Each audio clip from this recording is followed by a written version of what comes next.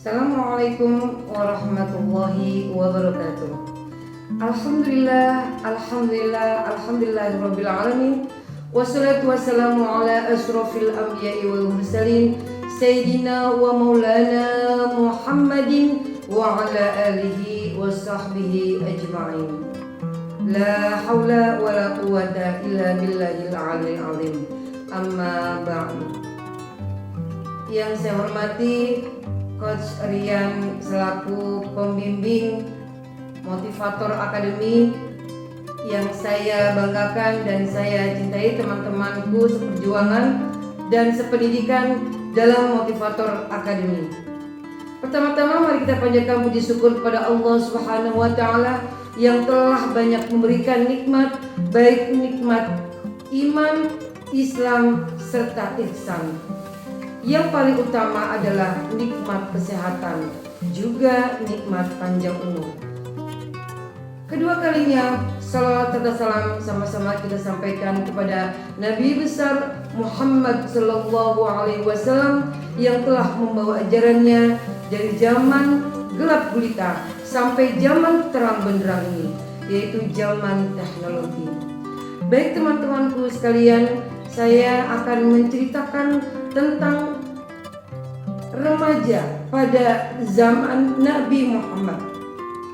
Nabi Muhammad Sallallahu Alaihi Wasallam, yaitu kisah seorang laki-laki yang sangat beriman dan bertakwa kepada Allah Subhanahu wa taala dan sangat rajin beribadah kepada Allah Subhanahu wa taala. Siapakah dia? Dia adalah bernama Alqamah. Alqamah adalah seorang muslim yang taat dan patuh dalam menjalankan ibadah kepada Allah Subhanahu wa taala, baik itu ibadah mahdhah, ibadah yang wajib dikerjakan oleh semua umat Islam.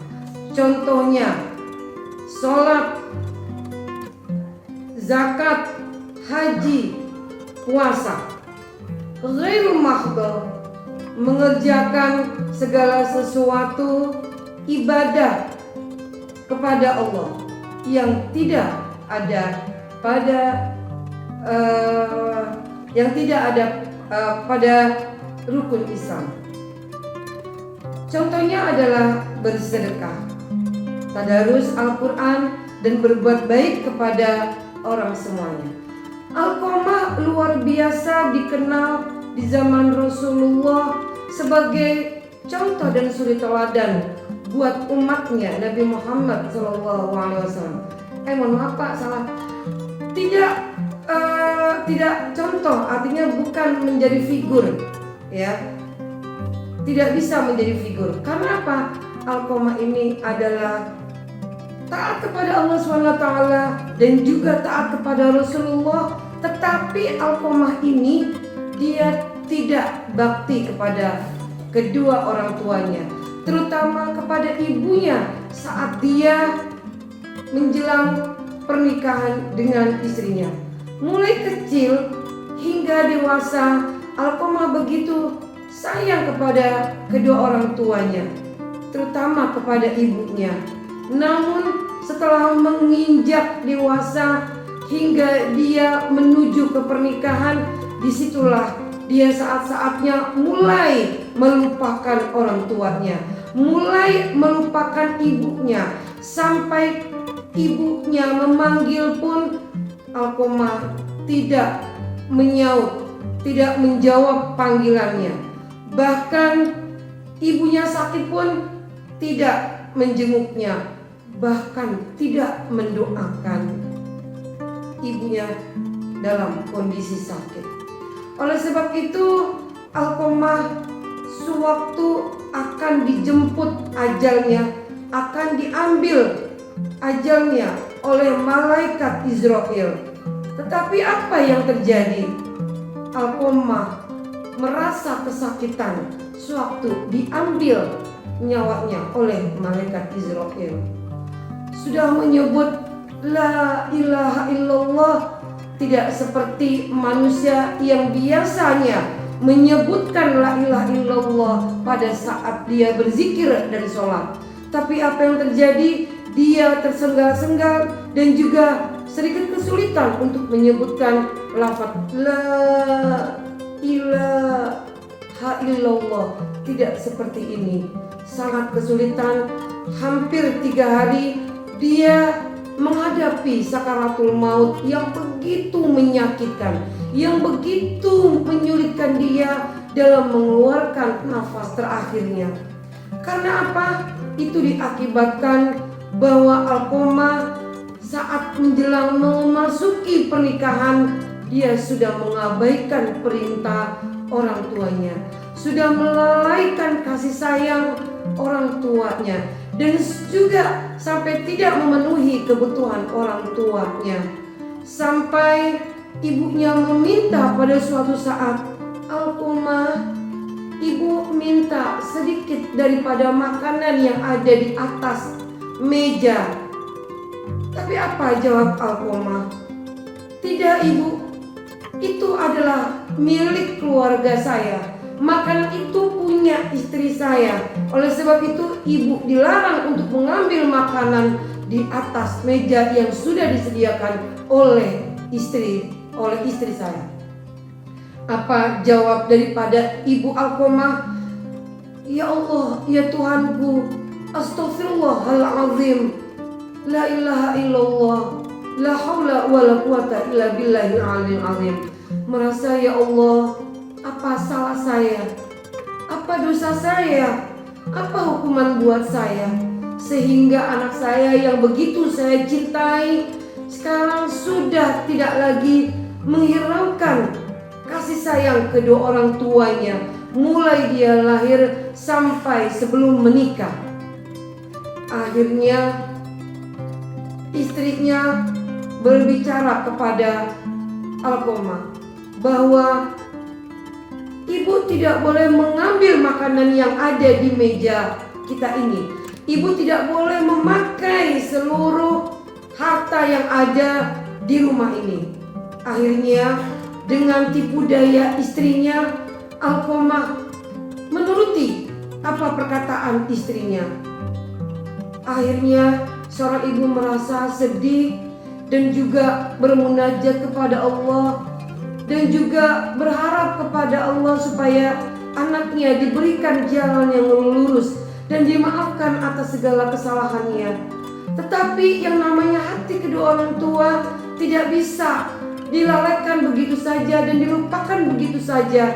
Ternyata di hatinya masih tersimpan rasa sakit hati yang sangat mendalam, sehingga mengakibatkan Alqamah seperti saat ini 3 hari tidak bisa mengeluarkan napas terakhirnya dan tidak bisa menjalani sakaratul mautnya dengan baik.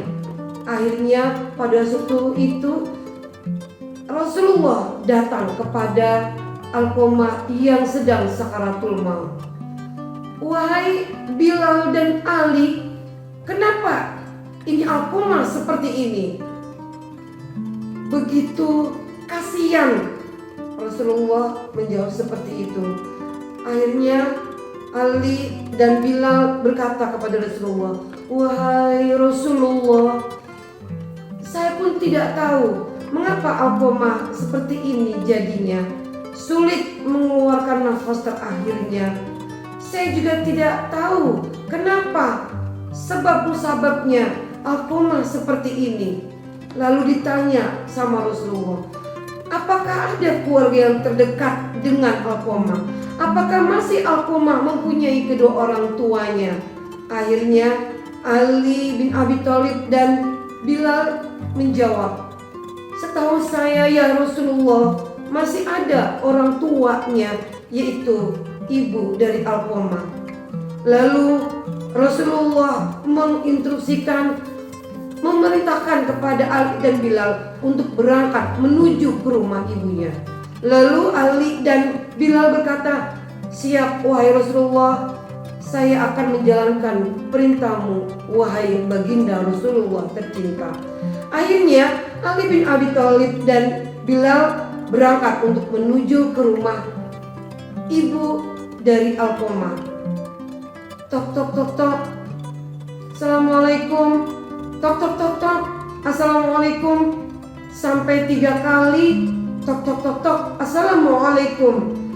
Selanjutnya ada suara terdengar dari dalam rumah itu menjawab salam dari Ali bin Abi Thalib dan bilang, "Waalaikumsalam warahmatullahi wabarakatuh."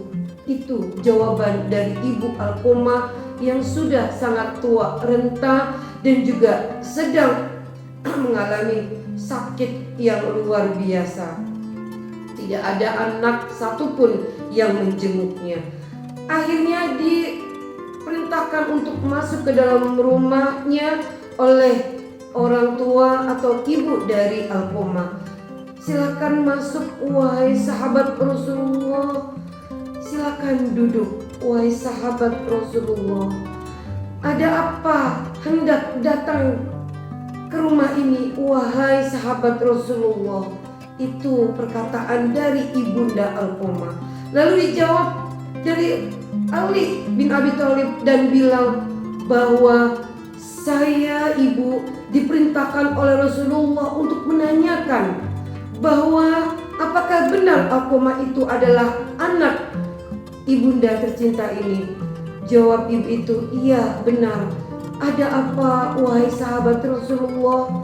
Lalu dijawablah pertanyaan ibu Alqomah bahwa saya di sini diperintahkan untuk menjemput ibunda untuk memaafkan, atau ada apa sebenarnya dengan Alqomah. Lalu ibunda dengan singkatnya menjawab bahwa saya merasa sedih, bahwa saya merasa sakit hati, bahwa saya sudah tidak diperhatikan lagi dengan anaknya, yaitu Alqomah. Saya tidak dijenguknya sewaktu saya dalam kondisi sakit, dan saya tidak diperhatikan, bahkan diabaikan keberadaan saya pada saat ini. Akhirnya sahabat Rasulullah yaitu Ali dan Bilal berkata bahwa selama 3 hari dia tidak bisa mengakhiri dari hidupnya. Dia tidak bisa menghembuskan nafas terakhirnya. Dia merasa kesulitan dalam menjalani proses sakaratul mautnya. Kata ibunya, "Biarkan saja sahabat Rasulullah, biarkan dia merasakan sakitnya menerima sakaratul maut yang begitu pedih. Biarkan dia merasakan sakit hati orang tuanya, yaitu saya sendiri, ibundanya tercinta." Tapi Ali dan Bilal mengatakan bahwa kalau memang ibu tidak mau memaafkan Alqomah, pesan Rasulullah akan dibakar hidup-hidup supaya Alqomah tidak merasakan kesakitan untuk dicabut ajalnya oleh malaikat Israel. Lalu dipikir berkali-kali bahwa Alqomah adalah anak kesayangannya. Berpikir berkali-kali bahwa anaknya itu adalah anak kesayangannya. Akhirnya dia menjawab, "Wahai sahabatku Ali, wahai Bilal, tolong jangan dibakar anakku.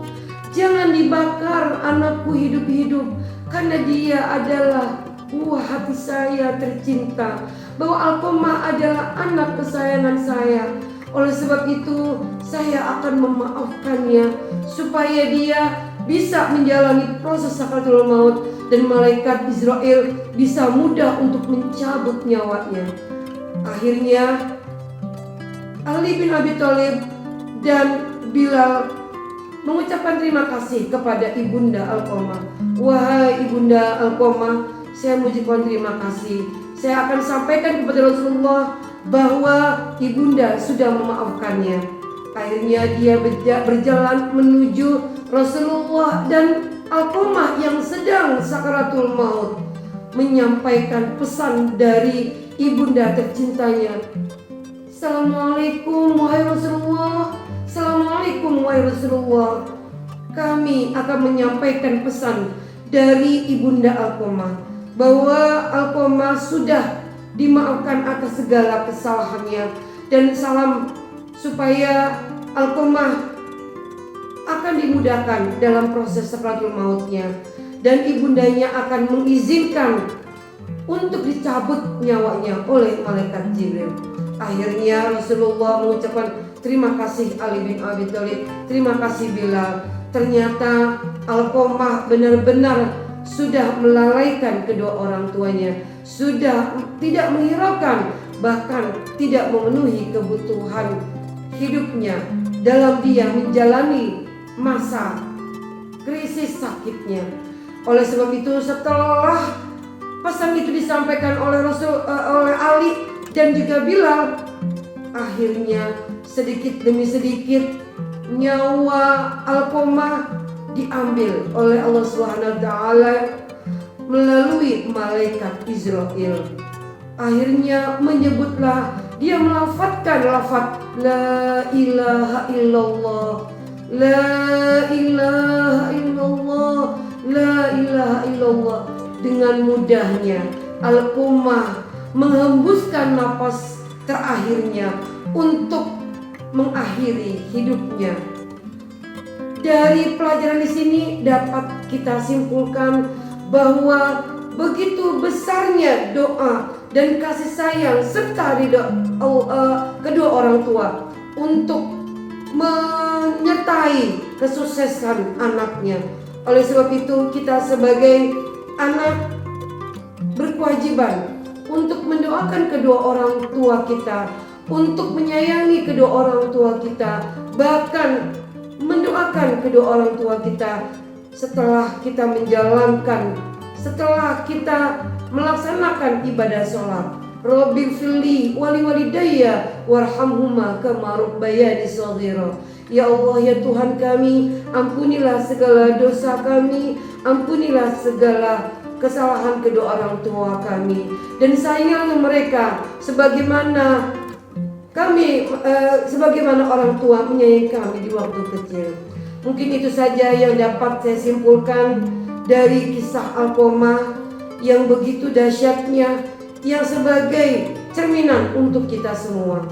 Itu saja kisah Alqomah dari saya. Mudah-mudahan ada manfaatnya untuk orang banyak dan khususnya buat saya sendiri. Wabillahi taufiq wal hidayah wa ridha wal inayah. Wassalamualaikum warahmatullahi wabarakatuh.